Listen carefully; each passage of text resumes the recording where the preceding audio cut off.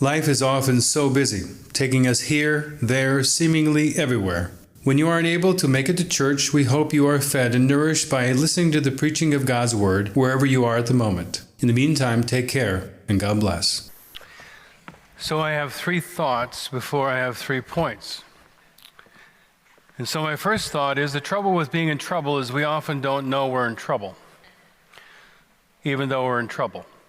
And I like alliteration. I like how things feel when I say them, and you might think it's nonsensical, but actually you're in bigger trouble when you don't realize you're in trouble. And I thought, well, some pictures would be good, is that, well, you're about to meet trouble. And perhaps we've had a child or children who've done that. I don't know if she's in trouble. I want to help her, but she has a steely face, and so I think she can do it, and let's go. This one, I really don't want to help. I think it's ill-advised, and I would say, young boy, if your colleague has a bad day at the office, well, your day is terrible. This one I've been analyzing, and I don't know about the rocks that are coming off. I don't know if the person's going in the right direction. I also wonder whether or not the person is wondering if they bought strong enough rope. So I'm hoping. Thank God for the men and women who are brave enough who go into a burning building and perhaps, save men, women, and children. This one gives me a certain amount of glee that they perhaps don't know they're in trouble, but they're in trouble.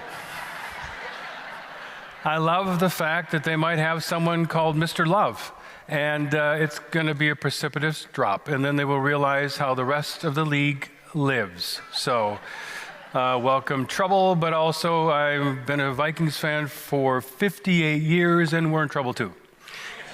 And so I want to flesh this out according to gambling.com, which I did not know about. I just simply read, and it came to me. The angriest fan base is the Minnesota Vikings fan base. It's fact, because a gambling.com site wouldn't lie.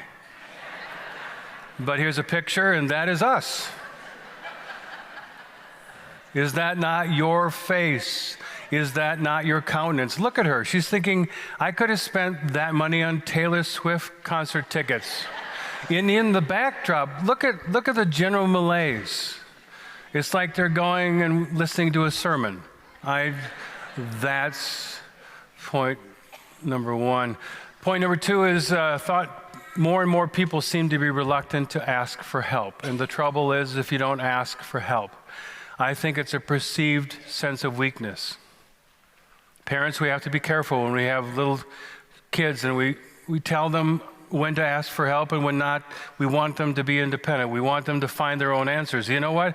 As an old person who helps people for 30 years, strong people have the ego strength to say, I need help. And when people come and see me or the therapist, or they go and see the attorney or mitigation, it's usually later than it should be. It's like you and I going in for a physical. Or when our left side gets numb, we, for some reason, believe, I can do it myself. We need help many times, especially from Jesus, but also from people with flesh on it. And B, as a whole, people seem to be less apt to help other people. As I watch, and I am always watching people, that there's this kind of almost, I don't want to help you because I don't know you, and I don't know if I agree with you, and I don't know if I know how you live or I agree with it, instead of, do you need some help? And so, summarily, why be vulnerable and be rejected in one fell swoop? So these are my thoughts before my points. And number 3, I think we think that if we know more, we will be better. We will do better. Life will be better. But here's the thing, is our biggest problems have very little to do with matters of intellect. Instead, the most pressing issues we face today are matters of heart and soul. If you have an iPhone, in your pocket, in your hand, you have a computer. I'm old enough, we had an Encyclopedia Britannica. Remember those things that some person would come along and sell them, and you would look it up, and you know that it was 15 years old when you were reading it. But kindness is what I think we're lacking in this place called America. People know better. Even if you have a little bit of understanding of history. of how we've treated people and mistreated people. It's not whether or not we know. It's a matter of whether or not we want to do better and whether or not we care. We need to care more, be kind more. But that's just what I think. You pay me to think and you pay me to talk. But why don't we just focus on what God thinks and wants? Number one is the rest of the story. My father was the driver in the family, especially after my mom got multiple sclerosis, and he had a rule that whenever he drove, he got to pick whatever we listened to on the radio. And my father grew up in Winnipeg as a farmer, and so WCCO was on. The Cannon mess was fine because Steve Cannon would have these little things that were great, but then WCCO, in case you don't know, and your life has been great, they have the farm report. And my father, even though he was a Lutheran pastor, would go back to his Winnipeg farming days and, oh, there's a soybean report. Dude, you're a pastor. You have a garden. I don't even know what soybeans are. Or here's the milk futures. And he would want to hear that. And as I was a 10-year-old or a 12-year-old, I was praying for an accident. And then he would put in a cassette tape, and some of you don't know, Roger Whittaker? Anyone know Roger Whittaker? Oh, yes, you like him. You should have been me. My dad has always been hard of hearing because he was on a tractor his entire life, so he would buy a Honda, and then he would spend $3,000 on an aftermarket, and he would turn it up. Anne Murray and Helen Reddy. And then he went through a Julio Iglesias phase. And then Julio Iglesias did a duet with Willie Nelson. And I'm like, can you slow down? Because I want to jump out the window. There are many kinds of suffering. It'll be fine. I was a wrestler. I could tumble. But then I thought of this, and this is my 31st Easter sermon. So, you can't change the end of the story, and you got to keep it creative. And I thought about all the stuff I went through with my dad and his music, and then I thought, there was a segment by a guy named Paul Harvey. And if you're me, near 60, you probably know. For 57 years, he was on public radio and he was in the newspaper, and he was brilliant, he or somebody else, and there was a segment called Rest of the Story. And then he would say, you all know this event. When we come back, because they had to pay him a lot of money, I'll tell you the rest of the story. So that's point number one. I'll tell you the rest of the story. By the way, today's Easter. If you didn't know when you came, it's Easter, which we celebrate when Jesus came back to life. And because he died, we're forgiven. Because he rose, he extends to us eternal life. But here's the rest of the story.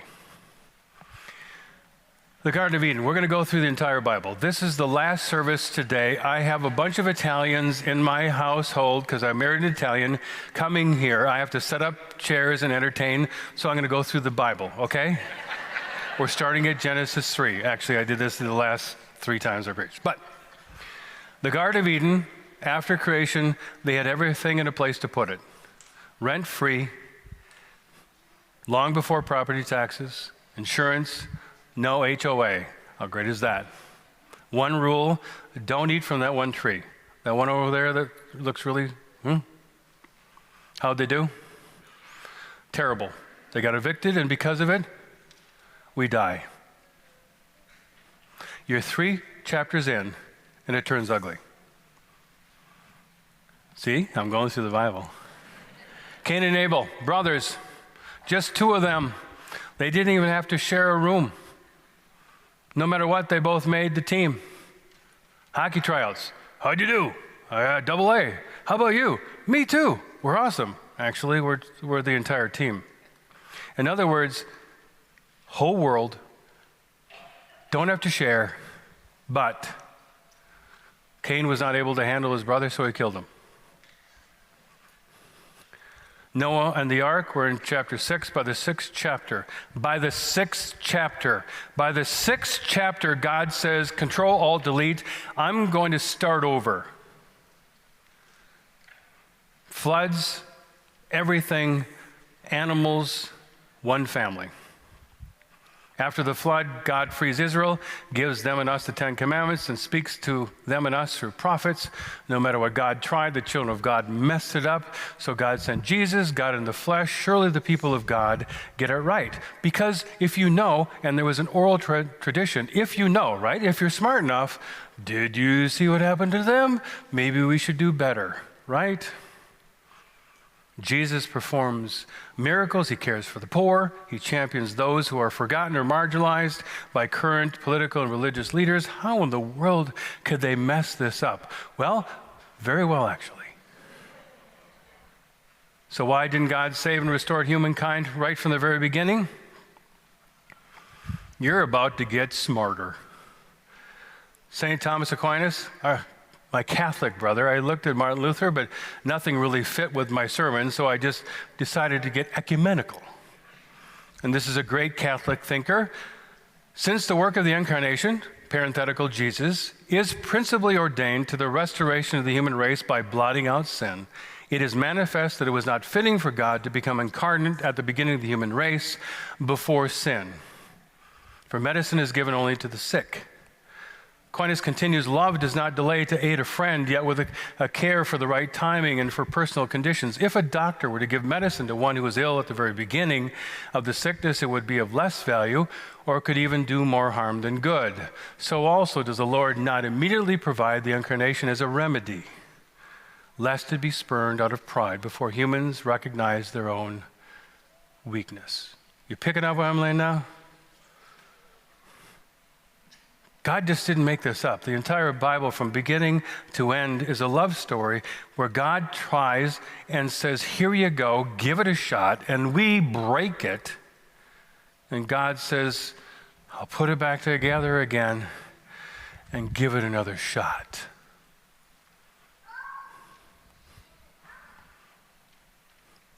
You're going to hear a song after I'm done, and it's going to be the best part of your day. When I was driving down the road, I heard this song and I thought, oh, that's my sermon. If you don't know that today it's about rescue story, go have yourself checked. But here's the song, part of the lyrics. You were writing the pages before I had a name, before I needed grace, singing songs of redemption every time I ran away. You were louder than my shame. Here's what I'm saying is, the book of God and God's people began a long time ago, long before you and I even came into this world. That's what God does. Loves and saves.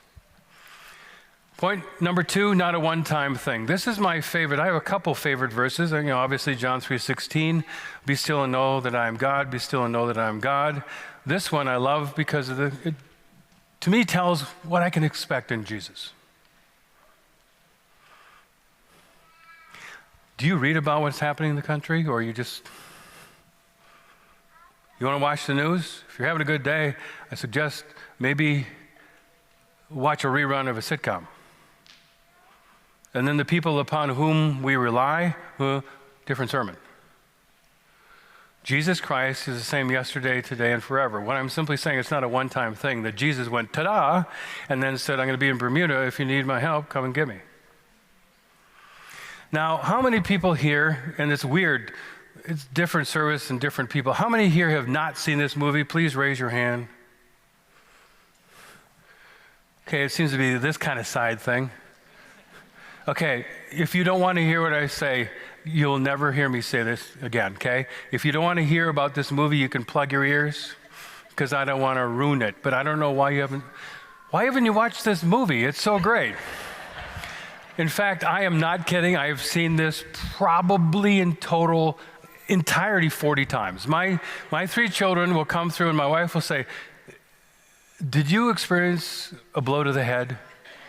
Because you watch this. Well, Tom Hanks, I think, can read the phone book and I'll watch. But there's something about this, and I thought, this is my point too. And you're like, okay, Lillard, tie this somehow. Well, you ready? And again, if you don't want to have, spoiler alert, plug your ears. But he's going to ask his girlfriend to marry him, and for some reason gives her towels. Not a good move.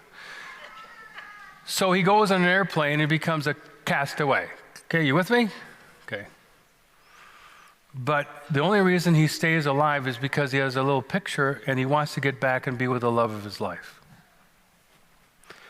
But when he gets back, she, for every reason up here, thinks he's dead, and so she moves on. And what you see in the second part of the movie is the fact that he was hoping that once he got back, his life would be great. And it's not. What's my point? Even if you live with a risen Christ, it doesn't mean your life is going to be without toil and pain and suffering. In fact, Jesus said, expect it.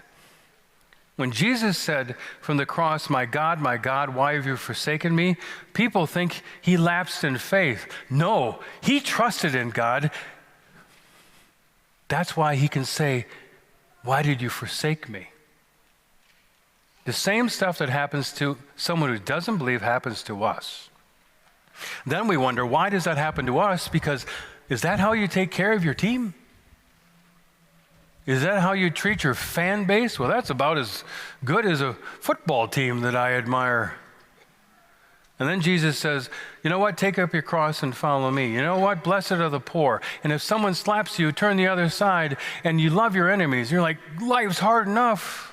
Now, this is the payoff. You see the castaway?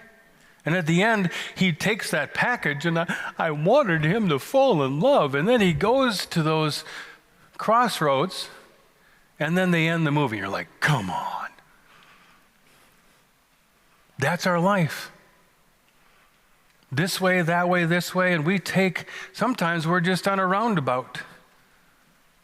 And the risen Lord, with all his power and love and mercy, is following you in all of your doctor visits and all of your doubts and all of your parenting and all of your marriage and all of your struggles and all of your fears. It's not a one-time thing. So, there I was empty-handed, crying out from the pit of my despair. There you were in the shadows, holding out your hand. You met me there. You were the voice in the desert, calling me out in the dead of the night, fighting my battles for me. You are my rescue story. All the things you've made it through in your life, you think it's just because you're tough and resilient? Somebody probably came along and said, how can I help you? Jesus sent that person. Might have been your mom, might have been your dad. You and I can go through what we can go through because we know that there's a purpose, there's a promise, and even if we don't make it, we get to go with our loved ones in heaven. There's always hope. Not a one-time thing.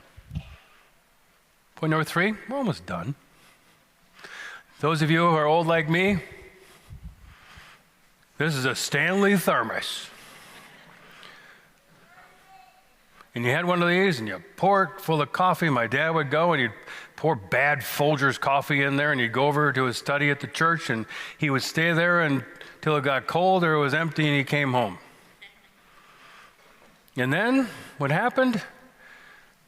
Stanley became cool. This is the Stanley Quencher. Well, here's the deal, is that Stanley's sales grew by 275% in 2021. You know why? Because some influencer on TikTok said, you got to get yourself one of these, Stanley. You got to get one of these because it's going to make your life better. And everyone bought one. In fact, right before one of our kids' birthday, we went over to Shields, you know, that little sporting goods store is over there. We were like, do you have any Stanley Quenchers? And she said, no, but we have 5,000 Yetis that we haven't sold because now everyone wants a Stanley. Why? Because some influencers, and I want that job because I want to tell people what they should do. Pay me millions of dollars. We don't even know who these people are. The non-disposable drinkware business was nearly $9 billion in 2021. You got to get one. You got to get one. Now, it's better than using plastic. I get that. But can you help me? I'm 100% Norwegian, so I can't reconcile these two things. Wait for it. You got it? Ironically, according to the lay press, 75% of Americans are chronically dehydrated.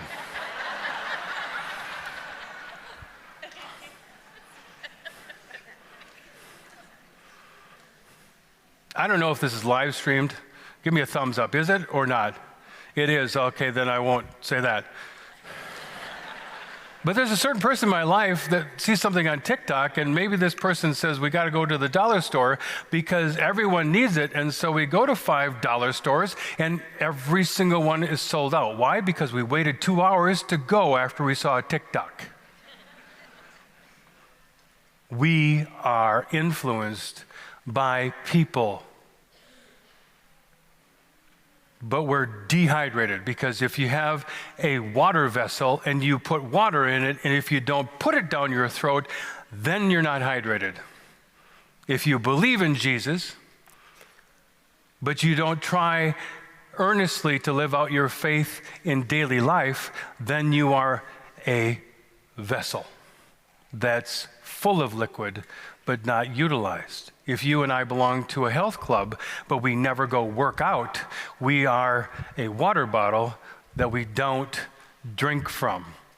If you and I know that our risen Lord is always there to lean on in prayer, but we don't pray until all the things we think we can do and is our last resort, we are chronically dehydrated.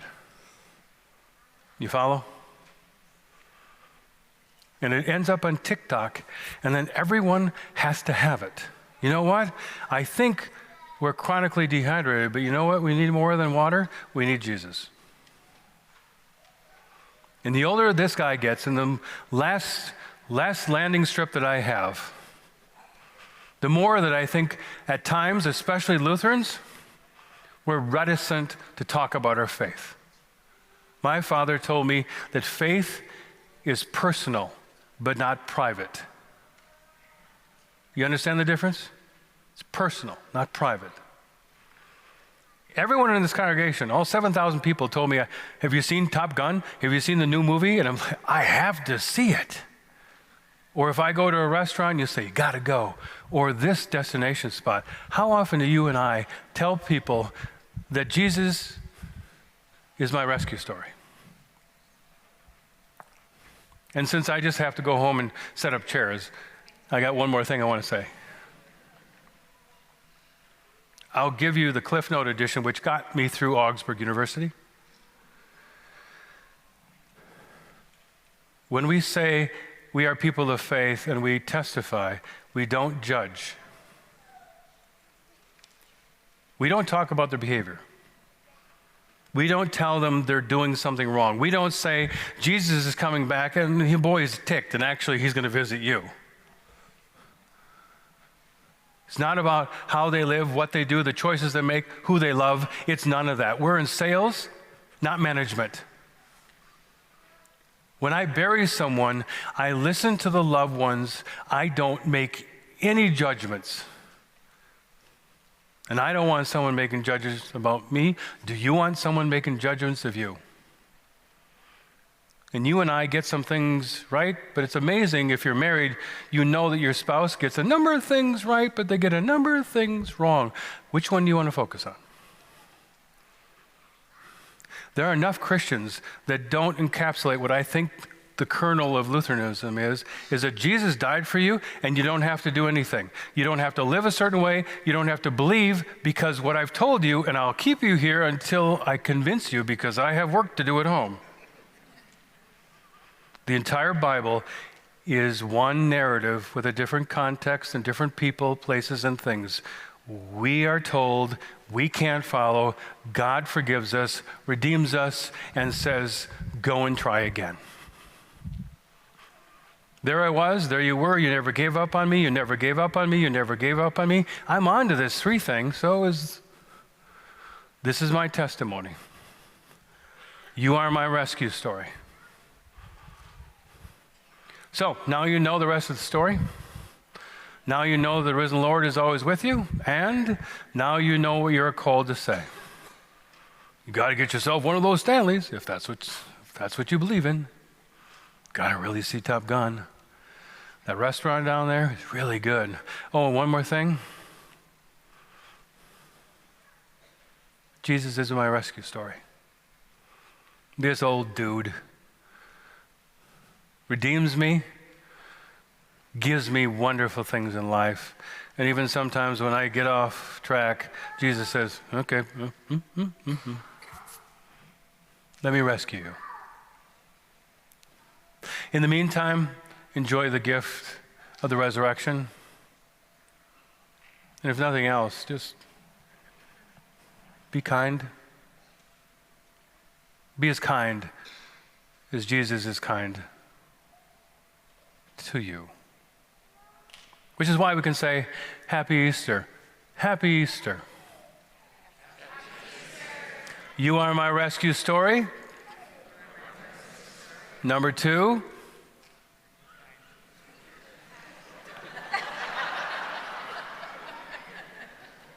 One more time with feeling. 1, 2, 3. You are my rescue story. This group needs some help.